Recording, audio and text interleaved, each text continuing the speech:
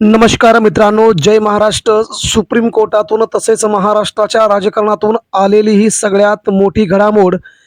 शिंदेसह भाजपाला सगळ्यात मोठा जबर धक्का. तर बिनविरोध निवडून आलेल्या उमेदवारावरती 6 वर्षाची बंदी.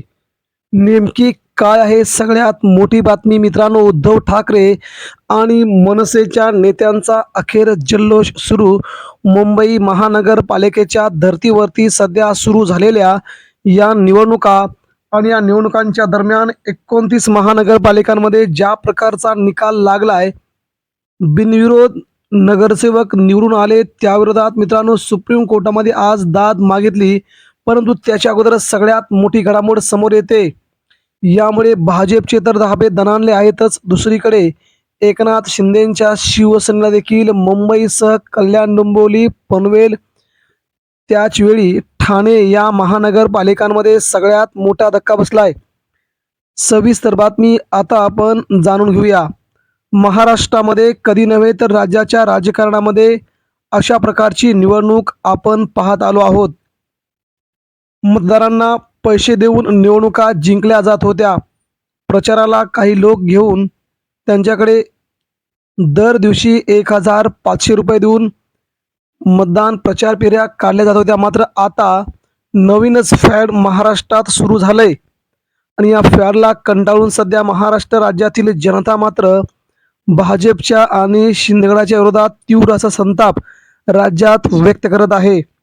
महाराष्ट्र हे राजकीय, सामाजिक, शैक्षणिक आणि सांस्कृतिकदृष्ट्या अतिशय सुसंस्कृत राज्य असताना महाराष्ट्रामध्ये अशा प्रकारच्या घडामोडी कशा काय घडल्या, असा थेट सवाल सध्या सामान्य जनता, प्रतिष्ठित नागरिक, निवडणूक आयोगाला देखील जाब विचारू लागल्यात.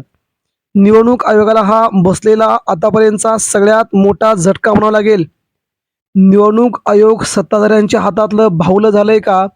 सत्ताधारी जे सांगतील त्याच प्रकारे निवडणूक आयोग वागतंय का? असा थेट थेट संताप सध्या निवडणूक आयोगावरती केला जात आहे. राज्याच्या राजकारणामध्ये मित्रांनो, महाराष्ट्राचं राजकारण अतिशय खालच्या पातळीवरती घेऊन जाण्यास भाजपा संपूर्णपणे जबाबदार असल्याचं बोललं जात आहे. या जबाबदारीमुळे भाजपाची मात्र आता महाराष्ट्रात निवडणुकीमध्ये मोठी पंचायत होणार असल्याचं दिसतंय. मित्रांनो, महाराष्ट्रामध्ये बीजेपी ज्या प्रकारचं घाणेरडं राजकारण महाराष्ट्रात सुरू करते याचा सगळ्यांनाच किरस आल्याचं दिसतंय. कारण की मतदार विकत घेतले जात होते, परंतु आता जर एखाद्या पक्षाचे जर उमेदवारच विकत घेतले जात असतील तर महाराष्ट्रासह देशभरामध्ये लोकशाही जिवंत ठेवण्यास भाजपा नेमकी काय करते? राज्यात हुकुमशाही लादते का?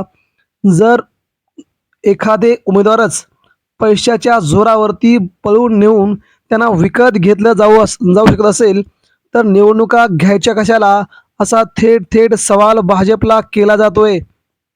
मित्रांनो, अशाच प्रकारचं राजकारण महाराष्ट्रामध्ये गेल्या 8 दिवसांपासून आपण पाहतोय आणि या राजकारणाचा सध्या महाराष्ट्राला कंटाळा आलाय.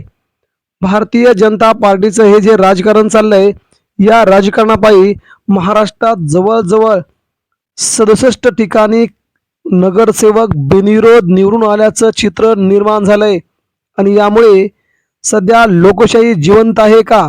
महाराष्ट्रात संविधान चालू आहे का? की हुकुमशाहीकडे राज्याची वाटचाल सुरू आहे? अशा प्रकारचा सध्या संदेश दिला जातो आहे आणि विचारलं जातंय लोकांना की नेमकं महाराष्ट्रात कशा प्रकारचं राजकारण चाललंय. मित्रांनो, पैशाच्या जोरावरती सर्वच काही विकत घेता येत नाही.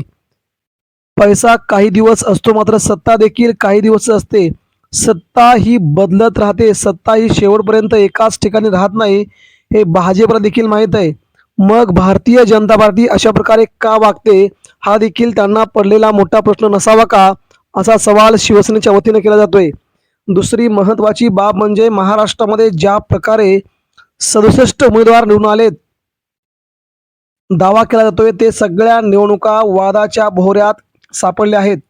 नोटा अधिकारांचं उल्लंघन आणि 50 लाखांच्या किंवा 5-10 करोडच्या आरोपावरून आता ठाकरे गट आणि मनसे न्यायालयात धाव घेतली. आज ठाकरेंनी न्यायालयामध्ये याविरोधात दाद मागितली आहे.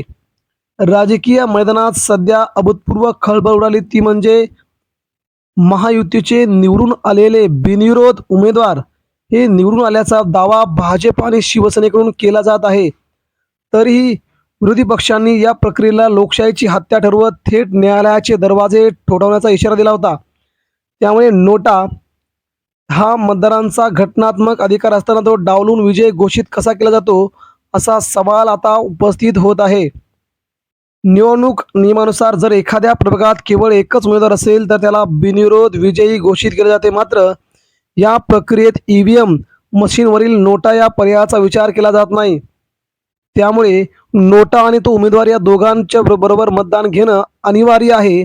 जर नोटाला मिळालेली मते उमेदवारापेक्षा जास्त असतील तर ती निवडणूक रद्द करून पुन्हा घेणे बंधनकारक असावे, अशी मागणी सामाजिक कार्यकर्त्यांनी थेट सुप्रीम कोर्टामध्ये केली आहे.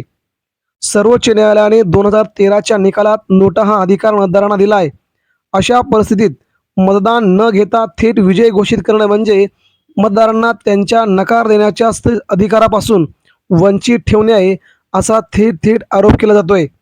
त्यामुळे 5 करोड 1 करोड 50 लाख रुपयांना काही उमेदवार विकत घेतले जात आहेत. निवडणूक आयोगाच्या सध्याच्या नियमानुसार जर उमेदवार एकच असेल तर मतदान घेतले जात नाही. मात्र अलीकडच्या काळात सर्वोच्च न्यायालयाने बिनविरोध निवडणुकीतही मतदारांना आपली नापसंती व्यक्त करण्याची संधी नोटा असावी का, यावर विचार सुरू केला आहे. जर न्यायालयाने या प्रकरणात असं केला तर महाराष्ट्रातले 67 नगरसेवक धोक्यात येऊ शकतात. त्यांच्यावरती 6 वर्षाची बंदी देखील येऊ शकते. जर हा वाद न्यायालयात टिकला आणि न्यायालयाने मतदानाचा आदेश दिला तर प्रशासनाला पुन्हा त्या प्रभागामध्ये मतदानाची व्यवस्था करावी लागेल. तसेच नोटाला सर्वाधिक मते मिळाल्यास संबंधित उमेदवाराला 6 वर्षापर्यंत निवडणूक लढवण्यास बंदी घालण्याची मागणीही जोर धरू शकते. त्यामुळे महाराष्ट्रातील 65 ते 67 ठिकाणी विजयाचा गुलाल नोटाच्या कायदेशीर कचाट्यात अडकतो का, हे पाहणं महत्त्वाचं ठरणार आहे. निवडणूक आयोग या सगळ्या बिनविरोध निवडून आलेल्या नेत्यांवरती 6 वर्षाची निवडणूक बंदी लादू शकेल का? तुम्हाला नेमकं काय वाटतंय? महाराष्ट्राच्या राजकारणातलं हे सगळ्यात मोठं राजकीय करिअर ज्या नेत्यांनी पैसे देऊन किंवा कोणत्याही धमकीवजा इशाऱ्यावरती काही नेत्यांना आपल्या उमेदवाऱ्या मागे येण्यास सांगितलंय, त्यांची उमेदवारी बाद व्हावी का, याबद्दल देखील आपणास काय वाटतंय? आपण देखील आपल्या प्रतिक्रिया द्या. सुप्रीम कोर्ट यावरती निर्णय देईलच, परंतु सुप्रीम कोर्टाने अशा प्रकारचा निर्णय देऊन लोकशाहीला बळकट करण्यासाठी त्या उमेदवारावरती 6 वर्षाची बंदी घालावी का, याबद्दल आपलं काय मत असणार आहे?